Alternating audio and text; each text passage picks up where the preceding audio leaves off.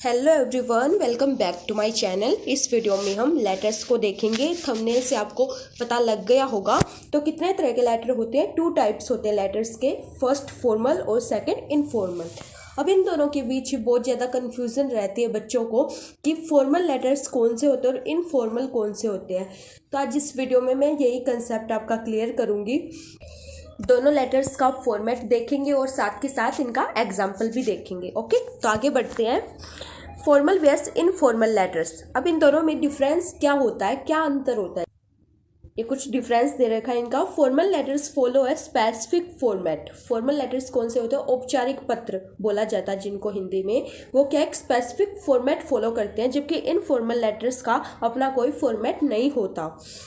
The tone of a formal letter is professional and official, while the tone of an informal letter is friendly. अब formal letter की tone कैसी होती है? Professional और official, यानी ये किसी ऑफिशियल पर्पस के लिए लिखे जाते हैं। फॉर एग्जाम्पल, किसी कंपनी के मैनेजर को लिखते हैं तो उसको हम जानते नहीं हैं, या फिर न्यूज़पेपर के एडिटर को, आपके एरिया में बहुत ज़्यादा गंदगी रहती है तो उस की शिकायत के लिए आप उसके हेड को पत्र लिखते हो। तो ये सारे किस में आते हैं? फॉर्मल लेटर्स में आते हैं। औपचारिक पत्र होते हैं जिनको आप जानते नहीं। फॉर्मल मीन्स आप फॉर्मेलिटी पूरी करनी होती है आपको, जबकि इनफॉर्मल लेटर्स क्या होते हैं? फ्रेंडली होते हैं। फ्रेंडली मीन्स आप किसी अपने फ्रेंड को लिखते हो या रिलेटिव्स को लिखते हो। आप हॉस्टल में रहते हो तो आप अपने पापा को, अपने भाई को, अपनी बहन को, मम्मी को जो लेटर लिखते हो वो कैसा होता है? फ्रेंडली मीन्स आप उनको जानते हो। तो क्या है? इनफॉर्मल, उसकी टोन फ्रेंडली होती है, जबकि फॉर्मल लेटर्स में वो ऑफिशियली और प्रोफेशनल पर्पस के लिए लिखे जाते हैं। ओके, जिसमें आपको फॉर्मेलिटी करनी होती है। Most formal letters are no longer than 1 page, while informal letters can be any length. जो फॉर्मल लेटर्स होते हैं उनकी लिमिट होती है कि ज़्यादा बड़े नहीं लिखने आपको, लेकिन इनफॉर्मल लेटर्स आप अपने पापा को लिख रहे हो तो उसकी कोई लिमिट नहीं है, आप कितना भी बड़ा उसको लिख सकते हो। Format of formal letters. अब फॉर्मल लेटर्स का फॉर्मेट देख लेते हैं। लिखने का क्या तरीका है? सबसे पहले आपको क्या लिखना है, मिडल में क्या लिखना है, फिर एंड में क्या लिखना है, वो सारा फॉर्मेट देख लेते हैं इसका। सबसे पहले आपको क्या लिखना है? सेंडर एड्रेस, यानी भेजने वाले का एड्रेस। डेट, उसके बाद डेट लिखनी है आपको। फिर रिसिपिएंट्स एड्रेस, यानी आप जिसको भेज रहे हो, जिसके लिए वो पत्र है, तो उसका एड्रेस लिखना नीचे। फिर सब्जेक्ट होना चाहिए कि आप वो लेटर लिख रहे हो वो किस पर्पस के लिए लिख रहे हो, क्या रीज़न है उसका, तो सब्जेक्ट में डालेंगे। फिर सैल्यूटेशन, आप उनको क्या बुलाओगे? ज़्यादातर इसमें डियर सर, डियर मैम ऐसा लिखते हैं। फिर body of the letter, letter की बॉडी, क्या कुछ आपको डालना है, क्या शिकायत देनी है, और उसका फिर कंक्लूजन निकालना है। फिर कॉम्प्लीमेंट्री क्लोजिंग, उसको क्लोज कर देना है। फिर आपके सिग्नेचर। ये सारा फॉर्मेट किसका है? फॉर्मल लेटर्स का। औपचारिक पत्र जो आप किसी डायरेक्टर को, किसी मैनेजर को, किसी कलेक्टर को, किसी एडिटर को लिखते हो जिसको आप पर्सनल तरीके से जानते नहीं हो, तो उनके लिए फॉर्मल लेटर्स का यूज़ किया जाता है। फॉर्मल लेटर्स का एक एग्जाम्पल देख लेते हैं, उसके बाद आपको क्लियर हो जाएगा कैसे कुछ फॉर्मेट होगा इसका, कैसे लिखना आपको। Complain letter for receiving damage product. आपको किसी कंपनी से क्या कोई प्रोडक्ट डैमेज मिला है तो उसकी कंप्लेन के लिए आपको ये लेटर लिखना है। सबसे पहले फॉर्मेट में क्या था? सेंडर एड्रेस, भेजने वाले का खुद का एड्रेस, तो ये क्या है? सेंडर एड्रेस हो गया। सेकेंड नंबर पर डेट लिखनी थी, तो ये डेट हो गई। फर्स्ट नंबर पर सेंडर एड्रेस और सेकंड नंबर पर आपको डेट लिखनी है। थर्ड नंबर पर क्या लिखना है आपको? रेसिपिएंट एड्रेस, यानी जिसको आपको भेजना, जो रिसीव करेगा लेटर को, वो उसका एड्रेस लिखना आपको, वो थर्ड नंबर पर हो जाएगा। फोर्थ नंबर पर आपको क्या लिखना है? सब्जेक्ट लिखना है। Complain letter for receiving a damage product, ये फोर्थ नंबर पर हो जाएगा। फिर सैल्यूटेशन, डियर मिस्टर, मिसिज या डियर सर, कुछ भी लिख सकते हो। बॉडी में देख लेते हैं क्या कुछ लिखना है। My name is dash, I am writing this letter to complain about receiving damage product from your company. Name आपकी विश है, आप लिखना चाहो तो लिख सकते हो, लेकिन कोई ज़रूरी नहीं है नेम लिखना। इसने बोला है कि मैं ये लेटर कंप्लेन करने के लिए लिख रही हूँ क्योंकि मुझे आपकी कंपनी से डैमेज प्रोडक्ट मिला है। I have order name of the product on date of order. Product का क्या नेम बता देना कि मैंने इस प्रोडक्ट को ऑर्डर किया था, इस दिन किया था, डेट बता देनी है। It was deliver to me on delivery date. अब इसने डिलीवरी डेट भी बता दिया कि इस दिन मुझे वो ऑर्डर मिला था। जब मैंने वो कोरियर खोला तो क्या मिला, मुझे एक डैमेज प्रोडक्ट मिला। It was very disappointing to me as I have a lot of trust in your company and this is the first time it has happen to me. तो ये मैं बहुत ज़्यादा डिसअपॉइंट हुई इससे, क्योंकि मुझे बहुत ज़्यादा विश्वास था आपकी कंपनी पर, लेकिन ऐसा पहली बार हुआ कि ये मेरे साथ हुआ ऐसा, नहीं तो हर बार मुझे अच्छे ही प्रोडक्ट मिलते थे। Therefore I am requesting to you to send a person to take this damage good back and deliver me this same product in a good state.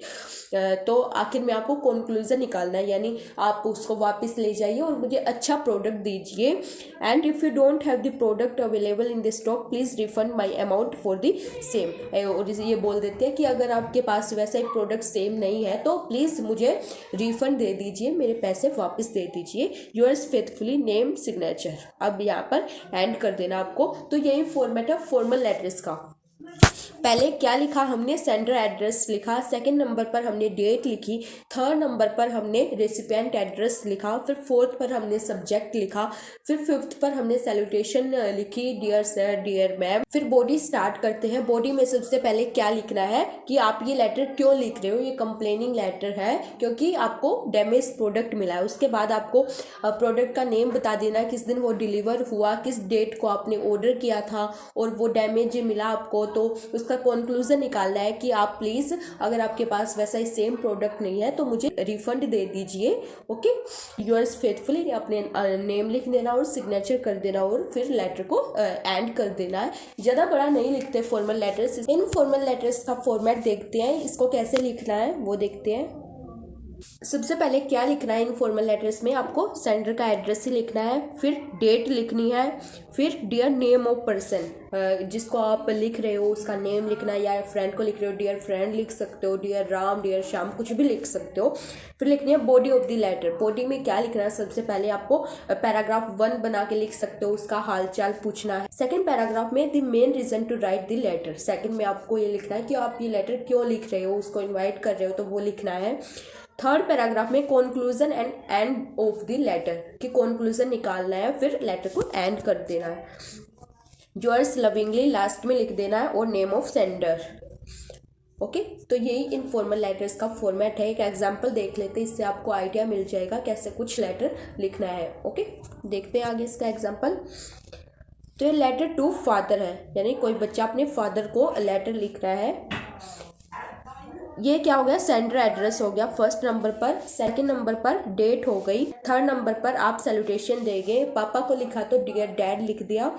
फिर बॉडी में क्या लिखना है, सबसे पहले आपको how are you, how are your family members, how is the weather there, hope you are doing well, I am also fine hair.